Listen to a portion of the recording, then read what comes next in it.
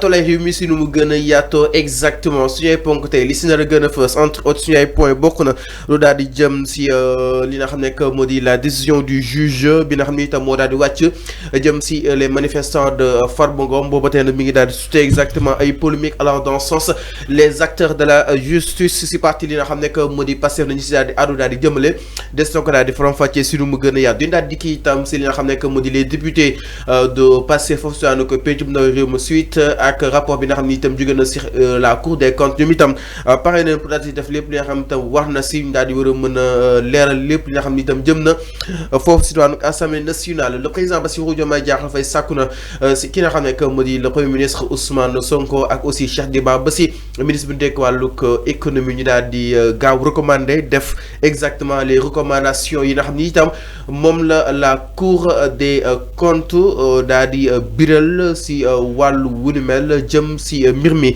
des na ko daal di faram-fàccee itam si nu mu gën a yaatoo suñu ponk itam si na la gën a fës bokk na jëm si mbiru ki nga xam ne que moo di ba tey Farba Ngom ak tolluwaay wi rebondissement yi nga xam ne am na si allant dans ce sens waaye dañ daal di yegg si itam par rapport ak ki nga xam ne que moo di Ousmane Sonko sa venue foofu si Assemblée nationale et les différents points yoo xam ne itam sénégalais yi ñu ko si daal di war a mën a xaar ni allant dans ce sens mais tout d'abord mbokk yi da nga koy daal di commencer ak rebondissement de cas jëm si li nga xam ne que moo di 1000 milliards démb nag yaa yu un hashtag boo xam ne itam génn na Sonko suñu 1000 milliards ni leen koy docteur du côté de la régie exactement suite ak saisine bi nga xam ni itam si neen ko off nag ñoom itam sàkku ne ñu daal di tijji ay enquête yu approfondi of nag daal di koy diriger di ki nga xam ne que moo di Serigne Bassirou Gueye parce que mooy kuréel gi nga xam ni itam mooy xeex wàllu guerre ak corruption ak yeneen yu nu mel exactement alors enfin ñu gis ni benn yëf juddu na exactement muy Sonko suñu 1000 milliards entre autres ñu koy commencé di ko taguer un peu partout alors peut-être ni ngeen ko jëlee est-ce que yëf yi donc quoi qu'on puisse dire enfin dépassé wul exactement les entendements maanaam déggin bi si li nga xam ne que moo di ñenn ñi exactement. Ouais, mais man gisuma ko parce que boo nee Sonko suñu 1000 milliards c'est comme si Sonko moo luubal 1000 milliards. Okay. Comme lu ñu doon wax ci Aliou Sall. Loolu c'est le monde à l'envers. C'est pas à Ousmane Sonko qu'on doit demander nos 1000 milliards parce que Ousmane Sonko s'accule 1000 milliards. Il a annoncé avoir vu un compte bi am 1000 milliards. Mais quand il dit Ousmane Sonko suñu 1000 milliards c'est paradoxal. C'est comme si Ousmane Sonko moo luubal 1000 milliards ba tax na ñu koy laaj 1000 milliards yooyu. Donc man jàpp ma ni que baatu boobu am na solo. amul solo mën nga ne ñun bëgg nañu xam compte 1000 milliards boobu kan la. alors Tafa envoyé nañu loxo suñu ko mënee joxaale en même temps. mën nga ko wax ñun bëgg nañu xam compte 1000 milliards bu mu Ousmane Sonko annoncé kal la. wala ban société wala ban entreprise. Mais quand il dit Ousmane Sonko suñu 1000 milliards. C'est comme on le disait avec Aliou Sall, le frère de Macky Sall. Quand on disait Aliou Sall, suñu 3000 milliards. Wala campagne de diabolisation. Non, c'est une campagne de diabolisation. Ça a toujours été comme ça. C'est une campagne de diabolisation en la personne de Ousmane Sonko. Parce que Ousmane Sonko n'a pas détourné 1000 milliards. Ba ngay taxaw di génne ay hashtag di naan woy Ousmane Sonko suñu 1000 milliards. Il n'est pas un détourneur de deniers publics. ñoom ñooñu ñi réclamer tey Ousmane Sonko suñu 1000 milliards. Je crois que am na ñi nekk fii ci réew mi ñoo xamante ne ñoom ñooñu la ñu war a laaj seen xaalis. Il faut aller demander Farba. Donc ñu bëgg détourner débat bi. Mais il détourne le débat. C'est ça la réalité. C'est-à-dire que désinformation bi ma doon wax démb moo nekk nii. Les gens qu'on devait demander suñu xaalis ñun laajuñu leen on dit Ousmane Sonko suñu 1000 milliards. Ousmane Sonko n'a pas volé 1000 milliards. Il a annoncé avoir vu ñoom gis nañu compte bu am 1000 milliards. C'est pas à Ousmane Sonko qu'on doit demander notre argent. C'est les gens qui ont géré les deniers publics ñooñu lañu war a laaj suñu xaalis te malheureusement ils sont là ñu ngi fii di taxawaalu kenn laaju leen xaalis. Je ne sais pas c'est une association d'activistes bi ngay wax ni cette association d'activistes là ay ñoom bëgguma leen citer ça. Je crois que les personnes qu'on doit cibler ni que ñoom ñooñu war a rendre compte qui la manière dont ils ont géré les deniers publics, ils sont là. Les anciens dignitaires du régime de Macky Sall, ils sont là. Il faut les demander sen khalis. Ousmane Sonko waxul ni que moom dafa jël 1000 milliards dafa ne gis nañu ko maintenant gis nañu ko yow vous réclamez ce compte de milliards et après bu leen ne diw la après ça règle la situation. Je crois que loolu amul solo xam nga lan moo am solo. donc jàpp nga ni lii nii nga gis écran. non lii diabolisation la. lii Sonko suñu 1000 milliards. c'est comme si Ousmane Sonko a détourné 1000 milliards. lii amul sens lii c'est insensé.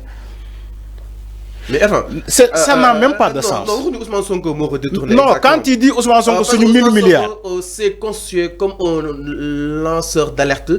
Si 1000 milliards. Il a donné donc est-ce que jàpp ni moom Ousmane Sonko. dama ne war a mën a jàppale ñu feeñal li nga xam ne que mooy 1000 milliards. dama ne Ousmane Sonko dafa partager une information avec le peuple. Okay.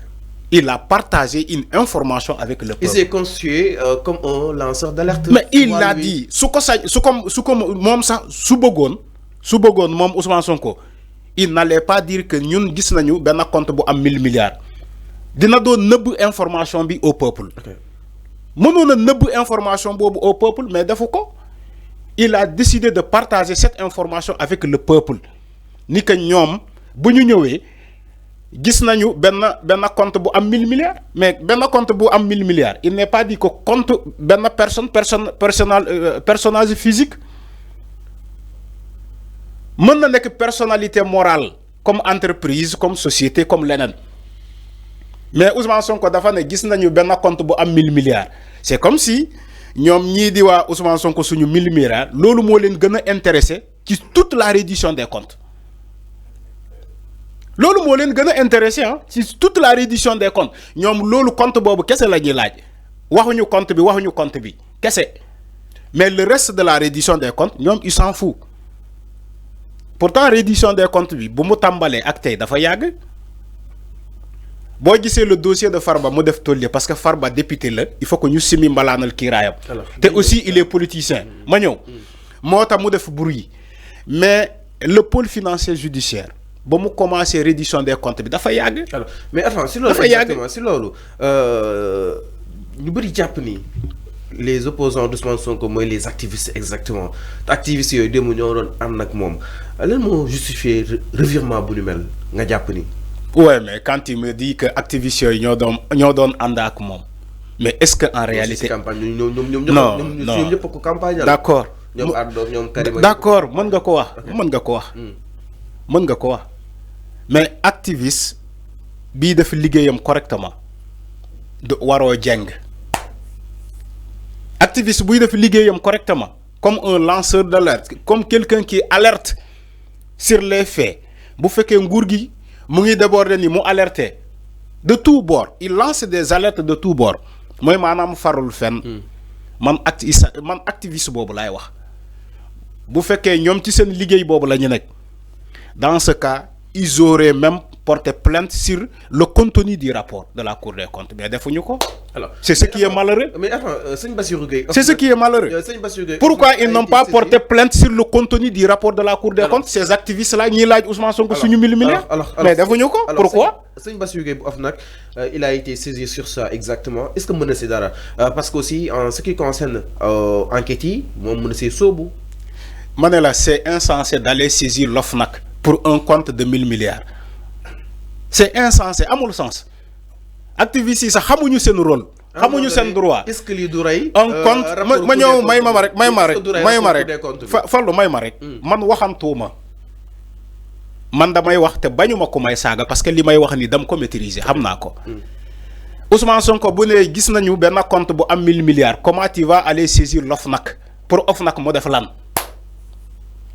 bon mané ça da nga dem CENTIF mané la d'accord parce que il s'agit d'un compte bancaire il faut aller à la CENTIF lolu mo cohérent ces activistes là ma won len yoon man ma len di won yoon fu ñuy dem il s'agit pas d'aller à l'OFNAC Ousmane Sonko né 1000 milliards lañu gis ci compte il faut aller réclamer ça au niveau de la CENTIF lolu sa mo xel xalaat nako bo démé CENTIF diko joyanti xel xalaat nako parce que CENTIF moy saytu walum koppar ci ay banque ay affaire day liggéey ak ay banque CENTIF donc man mën naa leen teg ci yoon ñoom activistes yooyu nañu bàyyi OFNAC parce que OFNAC amu si dara lu muy def il faut aller au niveau de la CENTIF bu fekkee ñoom lu ñuy def nii xam nañu seen droit quand même foofu laay waxee. alors c'est que exactement parlant de. léegi il faut appeler Ardo nga ne ko Arfan teg na leen ci piste dem leen au niveau de la CENTIF wala au niveau du pôle financier judiciaire foofu kese la.